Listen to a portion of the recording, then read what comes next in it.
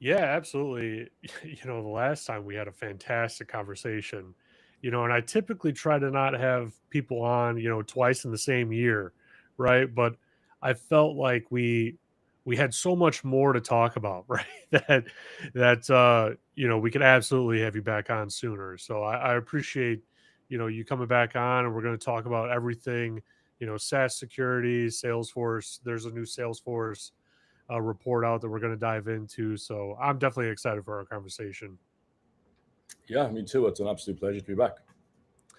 Yeah, yeah. So Aaron, why don't you maybe just refresh my audience's memory of your quick background, right? Just what's your specialty, that sort of thing. Yeah, absolutely. So I'm the chief of SaaS security research at App Omni. So my niche is in SaaS security, as is alluded to in my title. So specifically focusing on the SaaS platforms that are like powering the enterprise globally. So if you're not familiar, that's what those are. We're talking about like Salesforce, ServiceNow, like Oracle NetSuite, Workday, those cloud systems is what I kind of focus on. And really my specialty area is in identifying misconfigurations or potential for customers to misconfigure these platforms in a way that reduces their security posture. So I do a lot of 0 day kind of research, but it's mostly figuring out and identifying if a customer regresses in some access control or if they enable some configuration, how is that reducing the overall security of their environment, and how could that be exploited by an attacker? Hmm. Yeah, it's interesting because I feel like there's still a notion of SaaS apps being like a very highly secure path forward, right? And I feel like people that don't really look into it, that aren't, security experts in the field, it's difficult for them to grasp that, right? Because you're putting all of your trust in this application that you're using every single day, for the most part. I mean, like Salesforce, for instance, right? I mean, what company doesn't have Salesforce? Yeah. And what company is also looking at Salesforce from like a security risk perspective, right? Like I was working for a large automotive manufacturer, based out of Germany. So you can narrow it down right there to three, right? And they, they have a giant Salesforce presence, right, globally, because whatever Germany buys, the rest of the globe is going to take and deploy and everything else, right? Because Germany is over there negotiating these insane deals with vendors, and a year into this role, my CISO says, "Oh, hey, you should go look at Salesforce. Like, we don't know what's going on over there." Mhm. Like, what are you Yeah. talking about? We don't know what's going on over there, And I found out, I mean, 20% of what the security team knew about Salesforce was like completely wrong, or they only knew about 20% of what was going on. Yeah, that is extremely typical. Generally what we see is that security folks within an organization are forgetting what the shared responsibility model is. And so they have this preconceived notion that it's like, oh, well, it's on Salesforce to secure Salesforce, right? And it's like, well, it's not that clear cut, because Salesforce is responsible for the security of their software, right? It's proprietary software. So if you've got like a SQL injection out of the box that like the second you buy a Salesforce instance is there, then it's like, yeah, that's on them to fix. So that's their job from a security perspective. What isn't their job is monitoring and auditing configurations that you as a customer make and customizations that you make on the platform. And this isn't just Salesforce, this is across the board, right? For ServiceNow, all these different SaaS platforms. Um, if you decide that you want to delete every access control, like you can do that. That's what makes these platforms so powerful, and also, funnily enough, like so popular, is they're so customizable.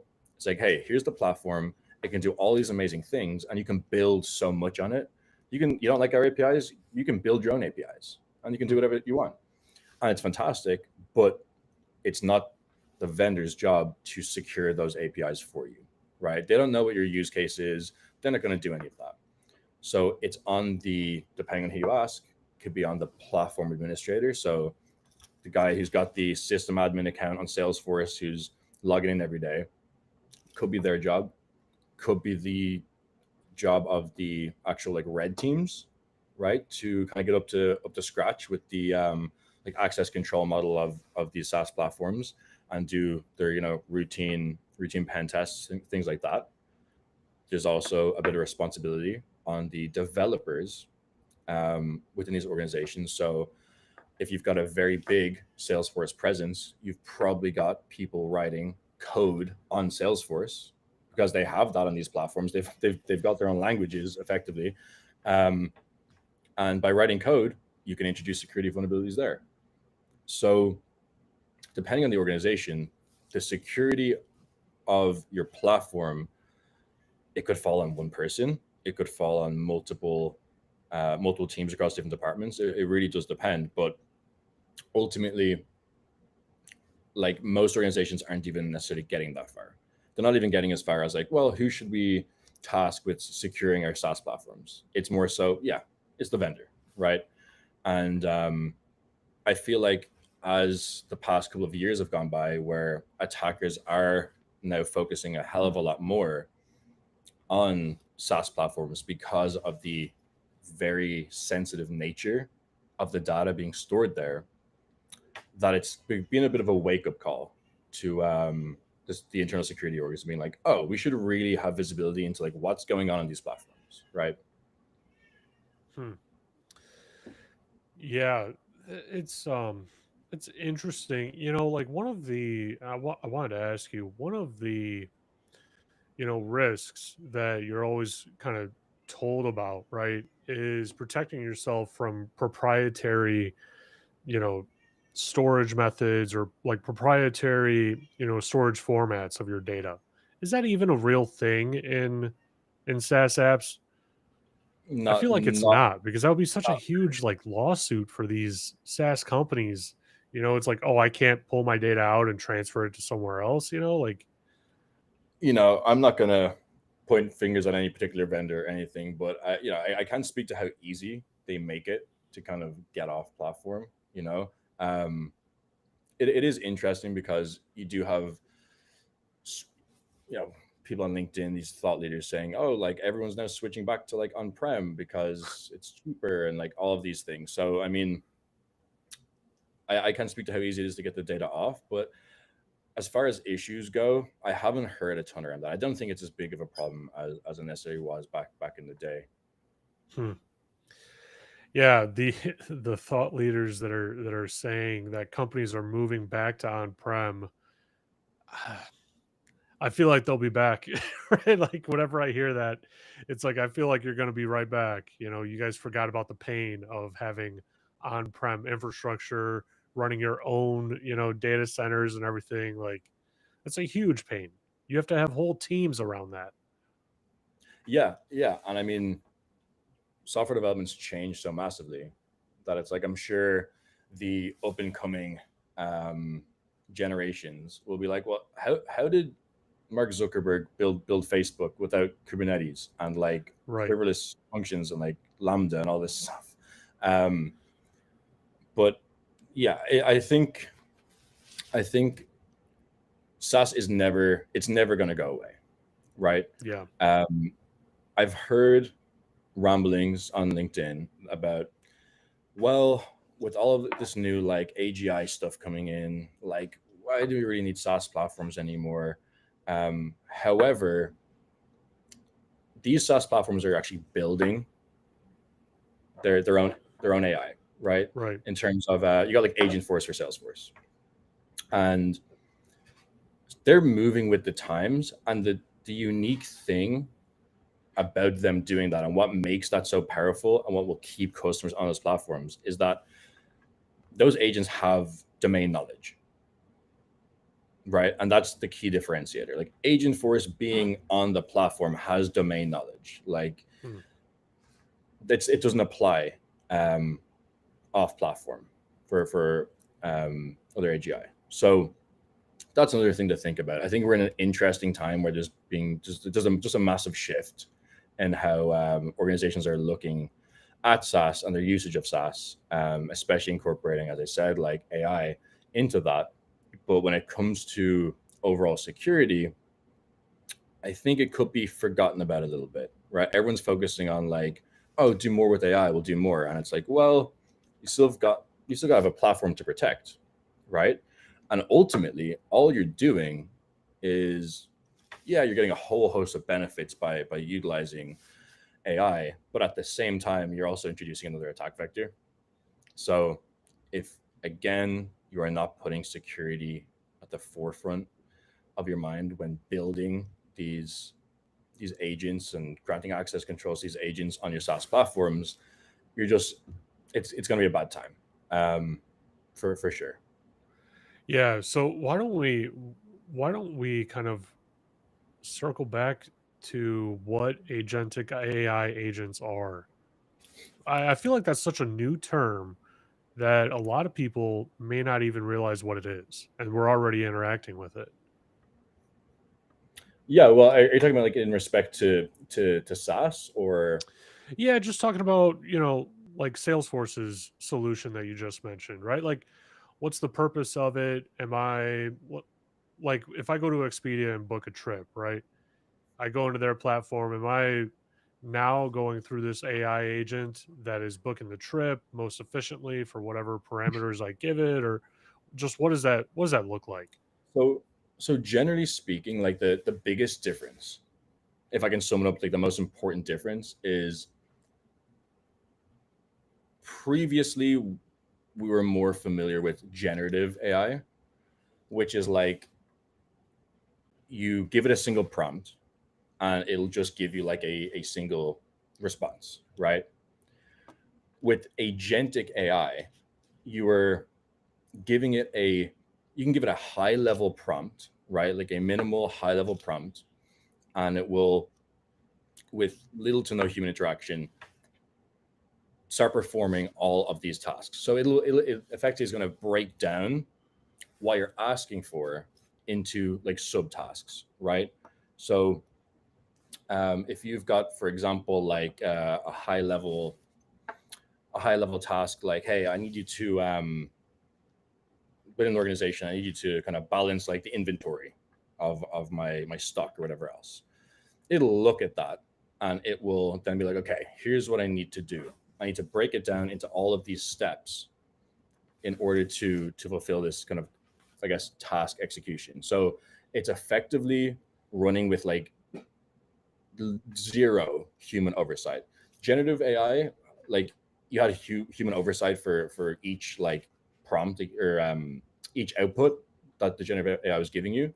Whereas with agentic AI, you're kind of going run with this, and um, you might give it like a little bit of like exception handling, like guidance, like, oh, if something's wrong, like do this.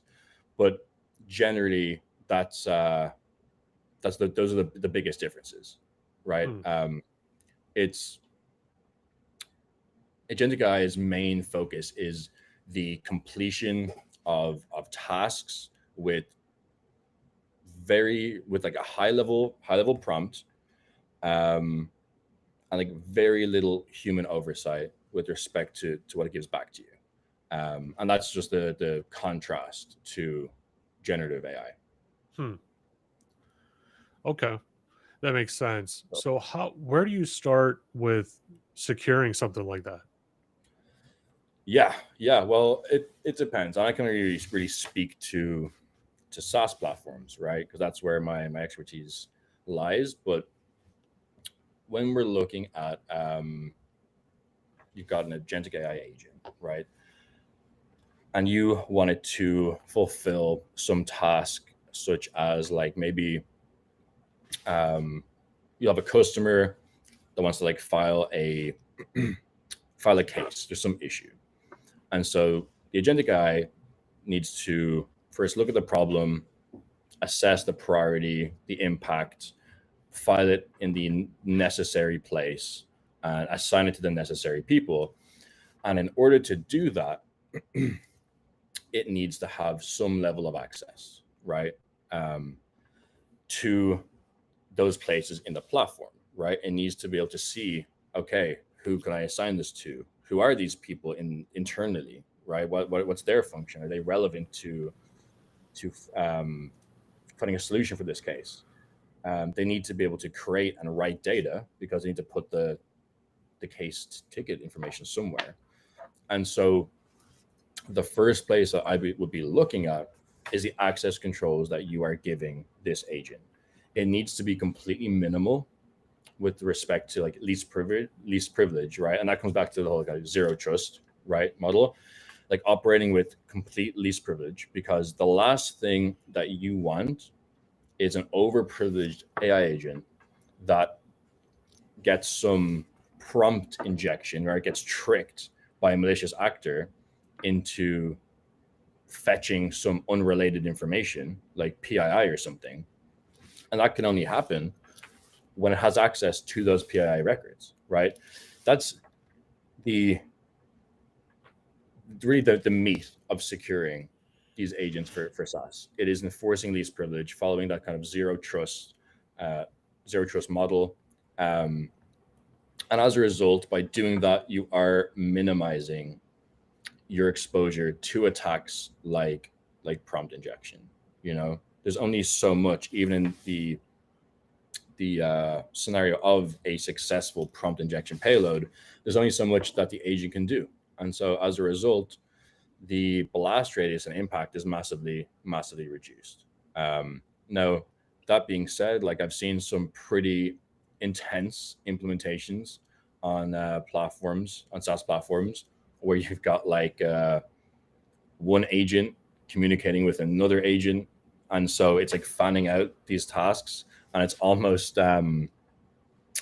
like doing its own assignment to like other agents. And so when you start getting these more complex architectures where you've got multiple agents, doing that manually, that kind of auditing of permissions and, you know, ensuring there's no like permission drift is going to be a very difficult task, right? Because the more components, whether it's agents, whether it's APIs, the more components that you start building, the larger your attack surface gets. So it's really important that that where possible, manually audit the access controls on the platform with respect to AI. But I would recommend that if you are like an enterprise organization, to get like an automated monitoring and scanning tool like AppOmni, like an SSPM, that can continuously assess the security of those agents, right? And so how, I mean, I have like two questions, right? I want to dive into the Salesforce report, and then the other part is how does AppOmni, you know, get that visibility? Because at least from my side, right, I haven't really used a SaaS security solution before. I've needed to, right? And so I only see the SaaS platform as a security engineer, security expert, right? That's looking at the platform from basically like an admin perspective. And I have to Yeah. go through all these different menus and everything to try and piece everything together. How is AppOmni plugging itself in to show like the hierarchy of these agents and the security of the platform overall? Yeah. So there's kind of multiple aspects to the product, right, and to like an SSPM in general. And starting from really the bottom is, typically speaking, you're getting your customer who has, let's say, a Salesforce organization, right? So you're going to connect over API using like OAuth or even like certificate-based authentication, depends on the platform. The customer will have created an integration account for AppOmni. So that integration account has the necessary roles for us to access various kinds of data, you know? And so we then start to ingest anything security related from a metadata perspective. So when I say like a metadata perspective, we are not going to be pulling in like password hashes, that kind of stuff over API. We start to pull into our platform things such as like role-based access controls, any configuration settings related to security, audit logs, like access logs, like those kind of things. We'll even pull in some cases, we can even pull in like code components and analyze those. So it really depends on the platform, but generally speaking, in terms of connecting over OAuth or some other form of secure authentication, and we're ingesting those over either existing out-of-the-box APIs the platform provides, or in some cases, if the data, for example, with NetSuite in the past, they weren't exposing third-party applications over API. So we had to deploy custom APIs on our customers' environments, their NetSuite environments, that would expose that information for us. So once we have ingested all of that information, the first thing that you're really getting without anything else happening is like a single pane of glass, like eagle-eye view of your entire platform from a security perspective.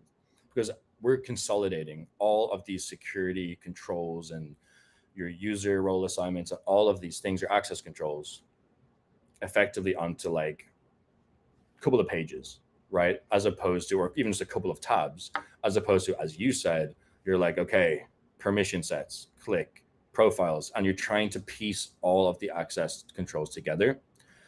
So you've now got this very comprehensive, complete inventory of anything security related on AppOmni. So you log into AppOmni, or you can interact with it over API, but just for argument's sake, you log into AppOmni, you've got your, immediately you've got a full inventory of anything access control related. You've got your audit logs there, right? You've got your third-party app connections. You've got all of these things. And so that's the inventory piece done. Okay. Now from there is where really like the real benefit of an SSPM comes in. And that's really where myself and like my team come in. And it's like, well, now that we have all of this metadata, let's start analyzing it and surfacing the issues to our customers. So using what we call AppOmni Insights, which is just, these are just continuous scans that we do against this data, we surface varying problems, right? Like, okay, it could be as basic as you've got too many administrators. You've got no access controls on this Salesforce object, or you've got externally exposed data here. And so what we're doing there is we're becoming your SaaS experts. Like we're your SaaS experts, so you don't have to be. We can tell you what the risks are. All you need to do is look at the findings, click on them. We provide the remediation guidance, and you can just go in and make those changes yourself. So we're performing all these very, very complex scans against this data. You've also got the kind of monitoring piece, right? Monitoring and alerting, which is we're ingesting all of those access logs, and we've got rule sets that, you know, could be out of the box when you have AppOmni, could be varying rule sets that you want to apply or install that we provide to you. And those rules will run against your audit logs, right? And we also normalize all of our audit logs. So if you've got Salesforce connected, you've got ServiceNow, you've got all these platforms, we normalize that into a very consistent format. So straight away, that's a massive benefit because we ingest it and we can dump that normalized format into your SIM, like Splunk. But when it comes to the actual alerting piece, we know what to look for. We know what's suspicious. So we can say, hey, there's like a credential spring attack going on right now. Like you need to like look at this and surface those alerts to our customers so they can be aware of like potential attacks or suspicious activity, and then they have the information needed to take action on it. And that's really the simplest way I can put it when it comes to AppOmni on an SSPM. We're just connecting to your instance over a secure authentication method. You grant us the permissions that we need to interrogate the kind of security metadata.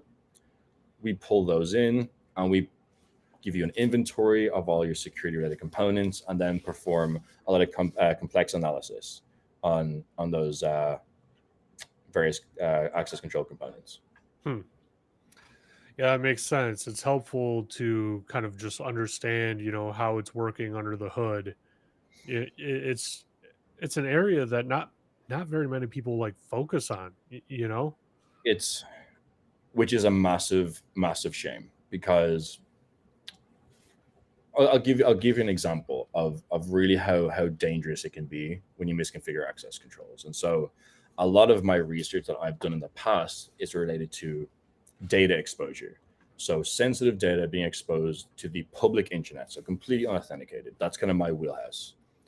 And the thing about SaaS platforms that differ from pen testing, custom, in-house built applications, if you're doing a pen test on a custom app, right, it's got its own implementation for APIs and all these things.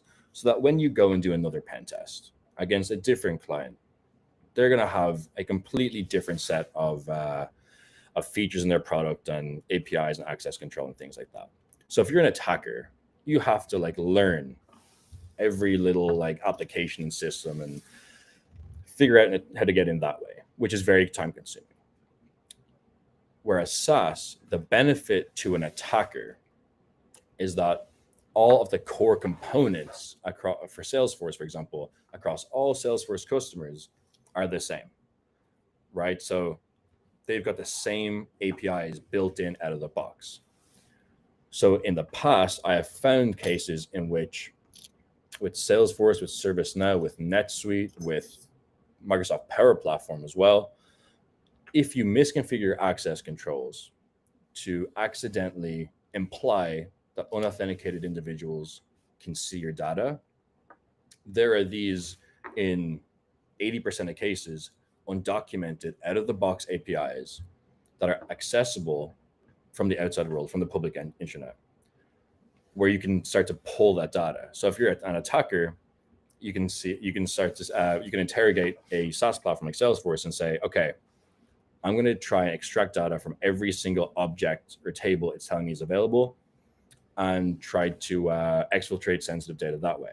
And the reason this is so important and why it's so lucrative to attackers is because, as I mentioned, those core API components that allow you to exfiltrate data will exist on every single SaaS customer of that platform.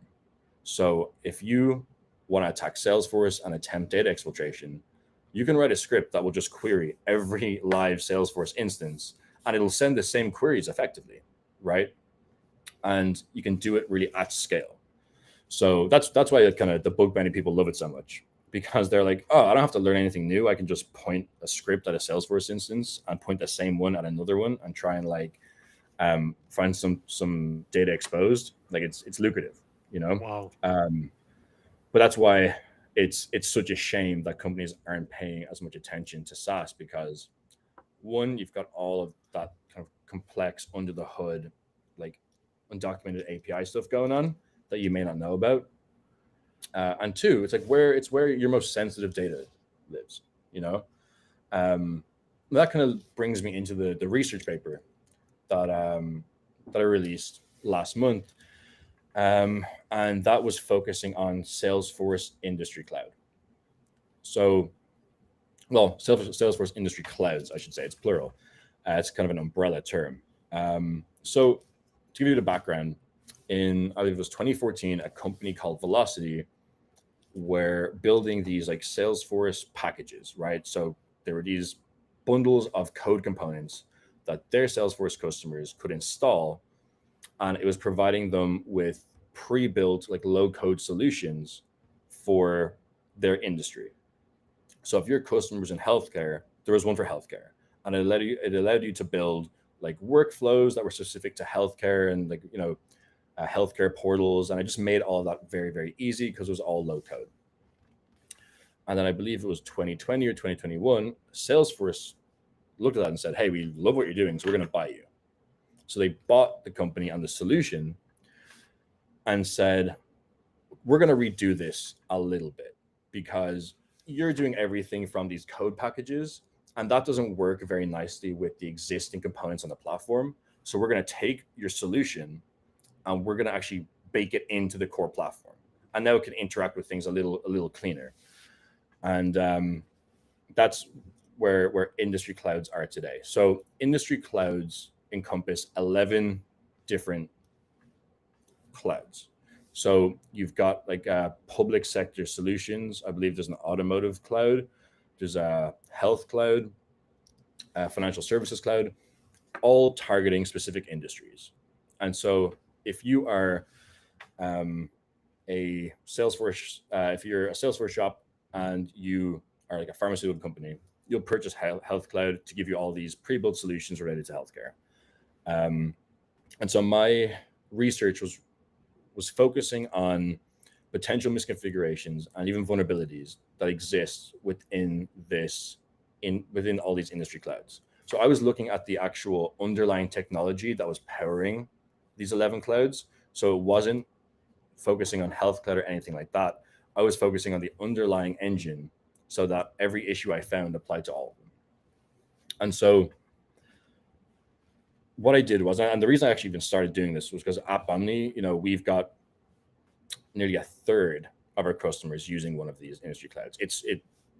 They're so widely adopted, and so that was kind of the catalyst to me even doing the research in the first place.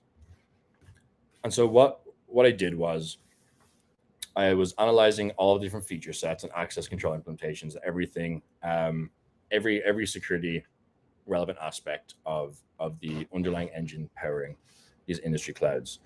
And I was documenting everything that I was seeing. And I was also working with our security contact over at Salesforce as I was doing this. So as I was going along and adding more things, adding more findings, I was communicating it with them and saying, hey, this is interesting. What do you think? Is this something you should harden? If so, well, here's my thoughts on how to harden it. It was a very collaborative effort because we partner very closely with Salesforce.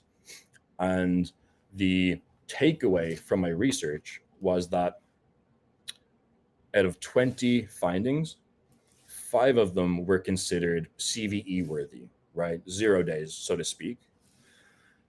Things that the customer couldn't really, for the most part, can't really fix themselves. And that's that shared responsibility model we're talking about. So for an example, one of these items that was assigned as CVE was like it was an authorization bypass. So that wasn't fixable by a customer. So Salesforce had to take that on. And then the other 15 items that I found were things that were labeled as potential misconfigurations. And so these are those items I was talking about where if you're a customer developing something on an industry cloud and using one of their features, if you don't configure it with security in mind, it would fall into that bucket of a potential misconfiguration. So these are kind of like best practices for industry cloud customers. And so I released like a 53-page white paper that goes really deep into each and every finding. So I talk about I give like an overview of every finding. I give like a proof of concept technically, because as a security practitioner, I would want to know, like, how would an attacker even do this? Are you just like telling me that this is an issue and just, so it gives you like a full setup. So here's how to set this up, the proof of concept, how to fix it, the risk, all of that, which is why it's 53 pages.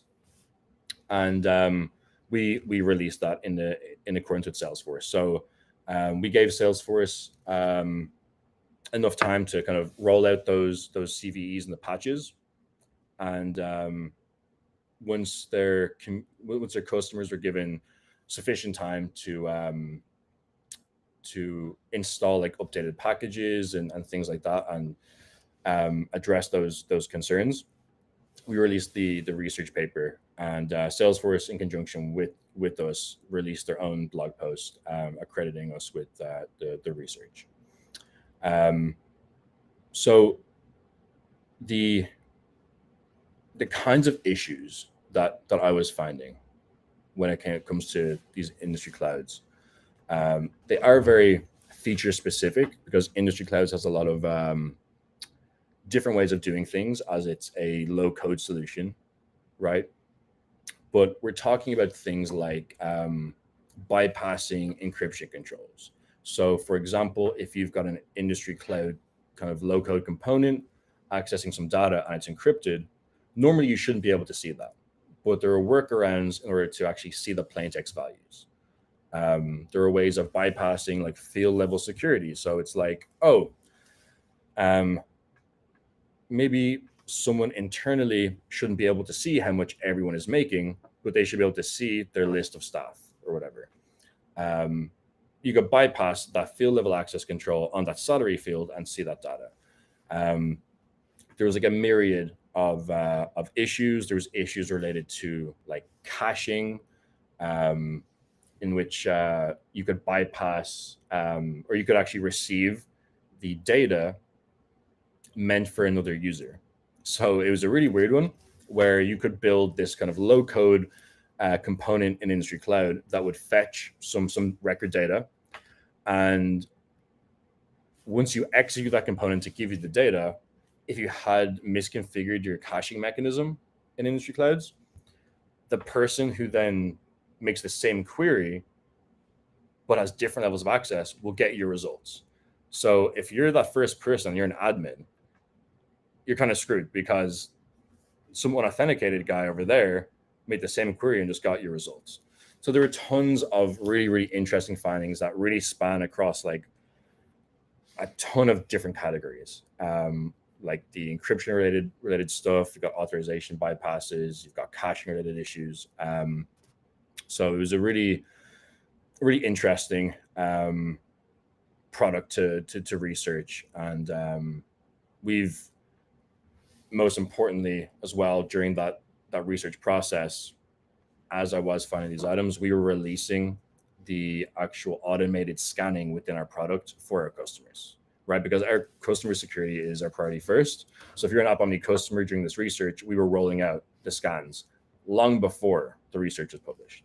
So that's kind of like a holistic view of what the research was, and the kind of areas that it delved into. But it was, yeah, really, really fruitful. Some extremely high risk findings. You got some 0 days in there, and massive blast radius, right? As I said, nearly a third of our customers, our Salesforce customers, are using one of these industry clouds. So if that's any representation of what like the non-App Omni customers are like, then it's a ton of organizations that are potentially affected.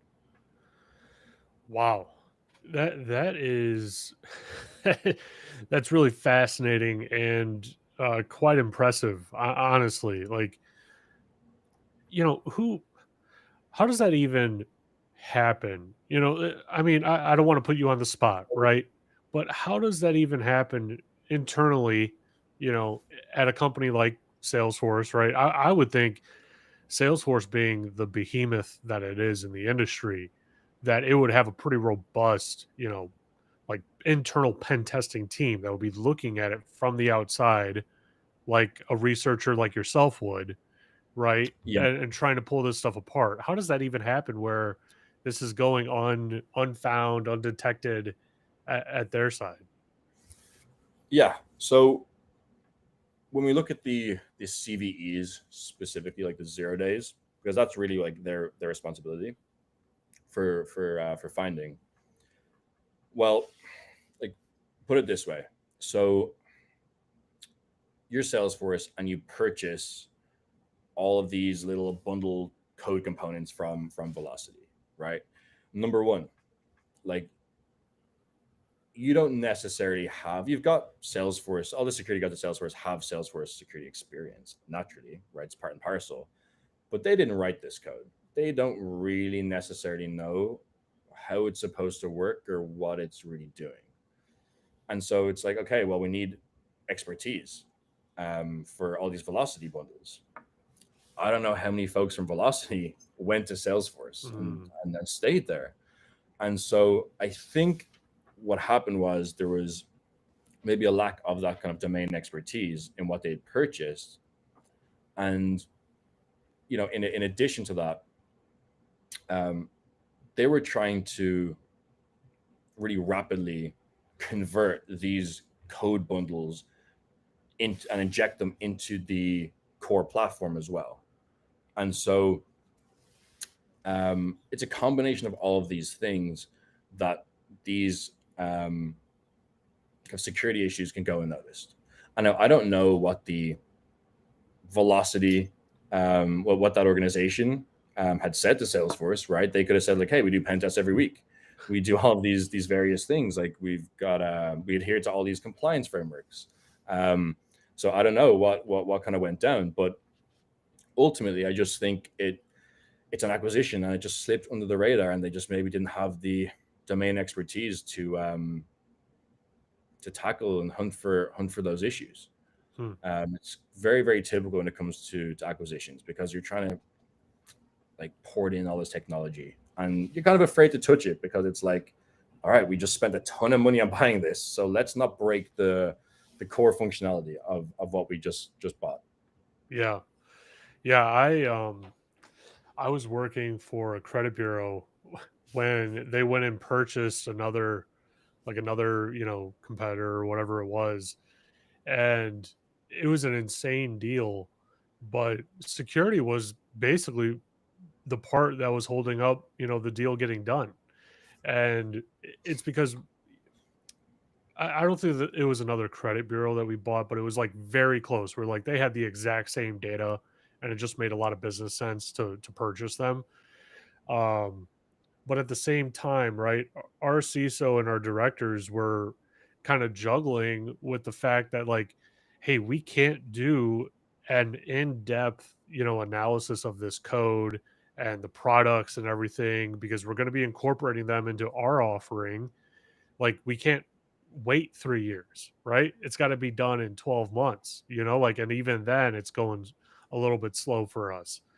And so it was a risk. It was a real risk, and I think it probably still is a real risk, because it was a great enough risk to where they didn't lay off anyone at that other company. They were like, "Yeah, you guys are doing your own thing. You're fine. Keep it going." Right? Like, didn't lay off anyone. Hired more people for them. They actually kept their network completely separate. Like it was such a big deal that I had to buy like additional instances of my security tools to deploy in their environment. It was a complete separate thing, because like it said the same name, on the logo, right? But it was like, that is a totally different, Mhm. can of worms, right? Yeah, I've seen some of our customers use App for like M&A for that exact use case of like, hey, we're looking to kind of buy this, so we're gonna want to hook up all of their stuff to see, are we taking a huge risk on, like, do things need to be reassessed from a security perspective, like what's really the security posture of this organization, from a SaaS security perspective. I feel like that is a side of security that obviously isn't thought about a whole lot. I mean, in conjunction, obviously, with SaaS security, like we were just talking about. But when you're going to go and buy another company and you're planning on integrating that product offering tightly into your own product offering, I mean, it only makes sense to, go to your vendors and say, hey, like, can we do like a 30 or a 45-day trial for this other environment over here? We're going to buy them, we'll pay you a certain amount or whatever to do it. Right. Because how else are you going to like get that information? You're not going to get that Yeah, information even if you do, interviews with like their internal, pen testing team or their internal blue teams or whatever it might be. Like, at the end of the day, if I want you to know something and I want to hide it, if I don't want you to know something, right, I'll hide it a whole lot of 100%, different right? You ways. don't want to risk And there's the billions of dollars on the line. yeah, for sure. Like, I mean, I'm not gonna say I would do the same thing, but like I get it, yeah, right? yeah. 100%. It makes a ton of sense. And to be fair, I mean, it was only like a year ago, I think, or around that time, when I found out that like this was a use case for App Omni, and I was like, oh, that makes an absolute ton of sense. I don't know why I never thought about that aspect of security. So yeah, it's very, very interesting, and it kind of just yeah, ties in very, very nicely with this kind of topic with the velocity thing, because that could be very well what had happened, right? They didn't necessarily maybe even know what they were getting themselves into. But look, it looks like it kind of played out very nicely for them, because, as I said, the adoption of industry clouds is absolutely huge. So I think 5 0 days reported in a responsible manner is probably worth the hundreds of millions, billions that industry clouds is making them. Right. Wow. 5 0 days. I mean, have you ever seen something like that? Have you ever put anything together, of that scale before? I haven't ever completed, and I've never really done a full kind of product analysis. No, again, it's a product built on a product, right? So this is kind of the first of its kind, for me, doing like a holistic security assessment of the potential risks and also 0 days. Um, and it was super fun. And honestly, like it took months to put together, but it was only meant to take a couple of weeks. And what happened is I'd find like, maybe at first I found like five really cool things. And I'd be like, okay, I'm done now. I'm gonna put the white paper together. And I'd see like one little button. I'd be like, well, what does that do? And I'd click it, and all of a sudden, like the security shuts off or something. And so I kept finding things, and I was like, I just need to stop looking at this product so that I can actually get around to writing the research and getting these things over to Salesforce so they can see if they're 0 days or not. But I mean, when it comes to have I seen that amount of 0 days in one thing, Fortinet has like a 0 day dropped against it every 5 seconds. So I don't think it competes to Fortinet. But yeah, it was very, very fruitful. It's great to produce a bit of research that not only benefits our customers obviously, but the overall like Salesforce community, by identifying these potential foot guns and configurations and telling them how to address it, but then also helping at the vendor and being like, hey, here's some 0 days as well. So it's kind of win-win for everyone, and it's played out really nicely in that way. Hmm. So when you're handed this task, right? Where do you start? Because it just sounds like a monumental task, and I'm not even sure that I would know, where to start. Are you just working through the basic functionality, right, of this product offering, and just iterating through it, like, okay, well, what if I do this over here? What do I get? That sort of thing. It's and this is why it took so many months, because it's a behemoth of a task, right? And how I always when it comes to SaaS in general, how I approach these assessments, you could say, is I don't think like a security person 100% of the time. Honestly, for the first couple of weeks, or for the bulk of the time, at the beginning, I think like a platform administrator. I think of, okay, how can I build this? Like, what are the configurations? How am I able to expose this and do this? And I think as if I'm trying to actually do something with the technology. And as you kind of put that into practice and start building some things, that's when you begin to notice things, because that kind of security practitioner in your subconscious doesn't turn off. So you'll see something and be like, that's kind of suspicious. And because of that approach of getting holistic knowledge of the platform and all of its features as an admin, in an admin mindset, you're so much better equipped from a security perspective, because you know the interoperability of these various features. You know what's kind of working with what, and you'll start seeing some patterns as well. So I really just approach it like a system admin and get a great understanding of the solution or technology holistically. I get a good inventory of like relevant controls, a good understanding of the use cases of the various features and various components you can build. And then once I have that kind of holistic knowledge, I start to interrogate these features kind of one by one, you know, Hmm. from a security mindset. And I'll start to like toggle off the configuration settings and play around with that kind of stuff as well. So that's generally how I'd recommend anyone who if you're even internally in an organization want to pen test, your organizations like ServiceNow or Workday or whatever it is, like your best resource is going to be the administrator of that platform. It's going to be the guy or girl who's literally living on that platform every day, right? Like Right. that is who you should pair with, because that's where you're getting your domain expertise and knowing where to look, because they know where the data is. They know how the platform generally operates. And then you can apply your security expertise and start to actually um, interrogate things. And I personally guarantee you will have far much more success, right? Having at least that pairing with someone that has that knowledge of the platform, you'll get much better results and far more findings that way. Now, Hmm. fortunately, I have to be both. As a security researcher, I've got to do both. I've got no service admin to pair with. So I am the service admin and the security researcher in my case. But yeah, that's generally my approach and my recommendation to organizations that want to do a little either security research into SaaS platforms, or if they're conducting their own internal pen tests. Hmm. Yeah, that it's fascinating to hear you talk about it like that because early on in my career when I was trying to get into security, right?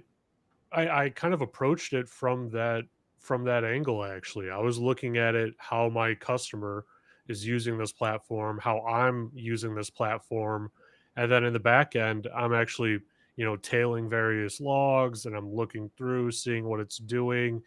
And I mean that really helped me build a really strong just security foundation overall. Something I haven't thought about in forever, right? Because it was so long ago. Um, but it's just it's fascinating to break down that mindset because that helps a lot of people start to like think through it like, oh, okay, that's where I would start with it. And I always tell people if you can envision it, it's a whole lot easier to actually accomplish it, Yeah, so yeah. It takes if you're someone who is a traditional like pen tester kind of red teamy individual, like there does have to be a mindset shift to get the best bang for your buck out of these assessments. And even when I joined up Omni, I was coming from a very heavy like security engineering background, and so I had to. It took me like honestly probably 6 months to a year to kind of get into the swing of how to even start looking at these platforms in a different light, and in a light that would serve me far better when I'm kind of hunting for things. hmm. Well, Aaron, we're at the top of our time here, unfortunately. I mean, it's always a great Yeah, conversation, man. Like I need to have you back on, every 6 months at this point. I'll release research just for you, and I'll have an Yeah. excuse to come back every month or so. Yeah, just don't release it on me. Just give me that courtesy. Okay. All right, can do. Awesome. Well, Aaron, before I let you go, how about you tell my audience, where they can find you, where they can find App Omni, and where they can find that really interesting research paper if they wanted to read through it. Yeah, absolutely. So you can find me on LinkedIn under Aaron Costello, or Twitter at Conspiracy Proof, all one word. Um, Actually, you can find App Omni at appomni.com. Got a ton of resources there. Most interestingly to your audience would be the AO Labs kind of little section of the App Omni blog. That's where you'll find the industry clouds research. It's where you'll find historically all the research that I've been doing into SaaS security. So appomni.com and check out the AO Lab section, and you'll have all the resources that you need there. Awesome. Well, all the links will be in the description of this video. Thanks again, Aaron, and I hope everyone watching, really enjoyed this podcast. All right. Thanks, everyone. Thanks, Joe.